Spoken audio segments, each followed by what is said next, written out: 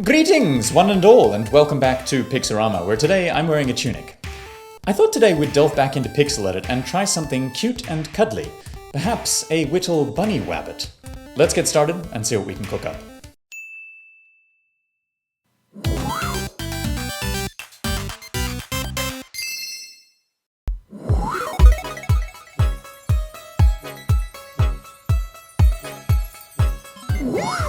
Well, heavens to butterbeer, it's good to be back. Now, you may recognize this interface, or you may not. If you do not, then it's likely you haven't used Pixel Edit before. And if you're interested in trying your hand at pixel art, there are many programs you can delve into, but I do still recommend this one, even though it is getting a little long in the tooth. Pixel Edit is available for Mac and Windows, and I will leave a link in the description below if you want to check it out. Now, as usual, I am beginning my sketch with a rough outline of the character I want to draw. I don't begin with spheres and circles and weird shapes. I often just go for the rough outline of whatever I'm envisioning in my head. And in this case, it's a tiny little chubby bunny body and a giant big bunny head. Because, as we are all aware, the bigger the head and eyes and the smaller the body, the cuter something is. That is simply the laws of astrophysics, and you dare not question me. We have checked all numbers. If you step back, Jimzip's reasoning is perfect. In any case, the outline is taking shape. You can see I've given him some big floppy ears, a little puffy tail, and I'm also giving him a backwards cap. Because this bunny don't suffer no fools. Anyway, you may also notice that I've imported my color palette up in the top right here. And this is very easy to do. In Pixel Edit, you simply go up to the color menu and click Import from Image. You can select images in any number of formats. I would probably recommend choosing something that you've already limited to a certain number of colors. Otherwise, you might end up with a million different colors up there. This palette, as you can see, is quite limited already, although it is probably more colors than I would usually use on a little piece like this, simply because I wanted some nice color shading options to choose from. Our bunny is starting to take shape. You can see that I've been whizzing around trying to file down some sharp corners and make sure that all the lines are nice and smooth.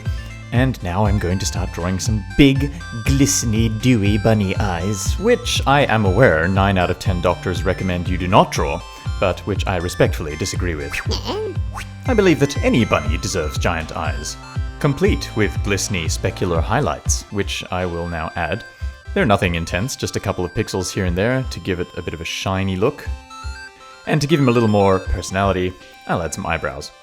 I'm pretty happy with how the line work is looking right now. I'll just make a couple more little adjustments and then get onto the actual shading of this little drawing. And ooh boy, do I love this palette! I really have a thing for pastel colors. I don't know why. Pastel colors just make my mouth twitch in happiness.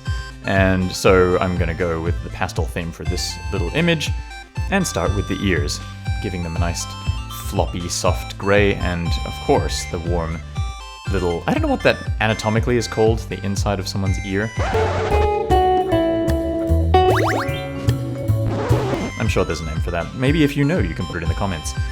In any case, I will do a rough coloring of the ears and then go around doing a little bit of shading just to add some dimension to the image, because shadows like this are super effective for making things look a little more dimensional rather than flat. You can see how much of a difference just a couple of lines of grey made to the head to make it look like it's actually round and not just a big flat oval sitting there.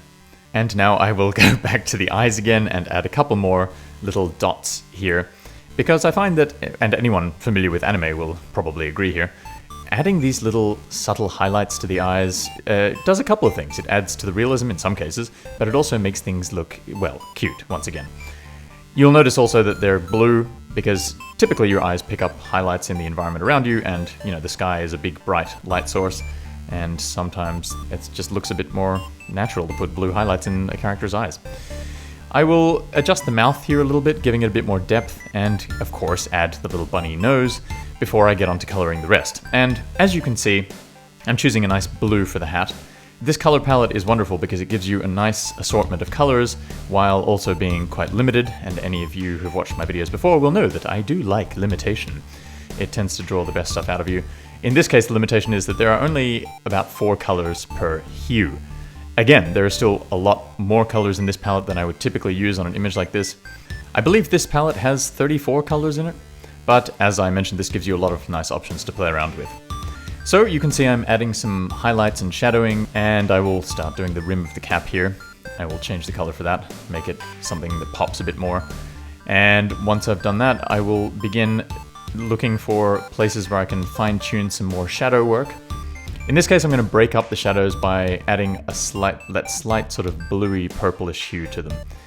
And I like doing this for a couple of reasons. First of all, just to soften things up, trying to soften a couple of the edges, and to take a little bit of the contrast and the hit out of some of those darker patches. So at the side of the head on the left, where the head connects to the ear, you can see that I'm trying to soften that shadow off, trying to taper it off, rather than letting it terminate in a big black line that's just sort of a bit harsh. In other places, it's absolutely handy and sometimes essential to have these big blocks, or like the black line I'm doing under the Cappy's fastener right now, under that hole, which really just, again, gives it that sense of depth. And now I'm going to go and add some darker shadows just to really make things pop a little more. Choose a darker shade of gray. I will adjust the shadows on the body, but keeping in mind all the time where my light source is coming from. In this case, it's coming from above, so I'm making sure to smash any bits that I feel like the light would be falling on. And once again, I'm using that purpley bluish hue and adding that to the shadows because it just kind of looks more natural. Again, your shadows often tend to pick up the surrounding light source, which, you know, oftentimes outdoors is the sky.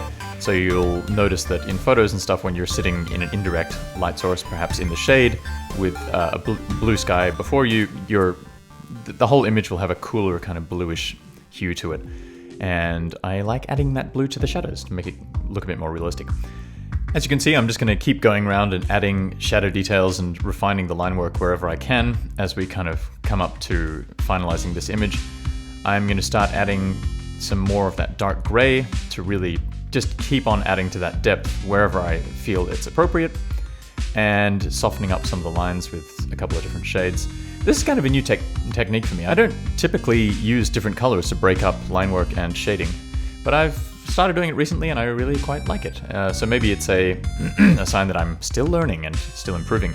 Or maybe it's just a sign that I was getting bored of the way I usually do things and wanted something new. A challenge, if you will. That's the magic of doing something for a long time. I guess you just continuously learn and improve and change the way you do things, and eventually you might even develop a signature style. I'm not sure if I ever have. I tend to think that I have a style for my work, but I guess I'll let other people tell me that. I think I tend to get too excited with trying new things out and exploring different styles myself that I've never really truly settled on one. I think all my work is slightly different from all my other work, which could be a good thing or could be a bad thing. And perhaps it doesn't even really matter if you can remain consistent for each project that you work on, or if you can duplicate a style that you've done in the past, which I think I can do. I think I do both of those things pretty well. So, you know, I'm alright. I'm okay.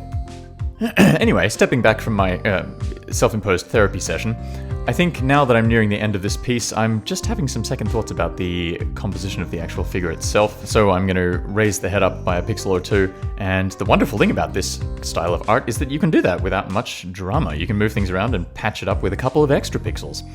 So perhaps it was the fact that the head was too close to the body, or perhaps it's the body itself that was kind of annoying me.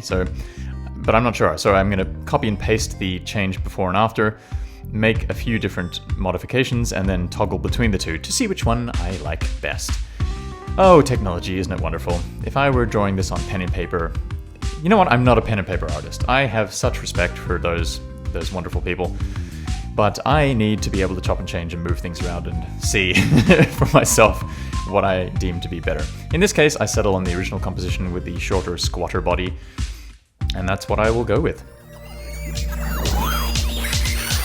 So here is our finished artwork, our little cuddly bunny Wabbit with his glistening eyes and his big floppy ears and his backwards cap, because this bunny has attitude to spare, yo.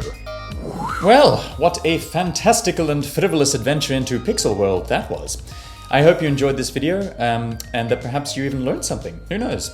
If you did, then maybe smash the like button below, or leave a comment. I do read them all, and who knows? Perhaps one day, your comment will become Pixel reality. In any case, it's time to say farewell. So until next time, I'm Jimzip. Hey do!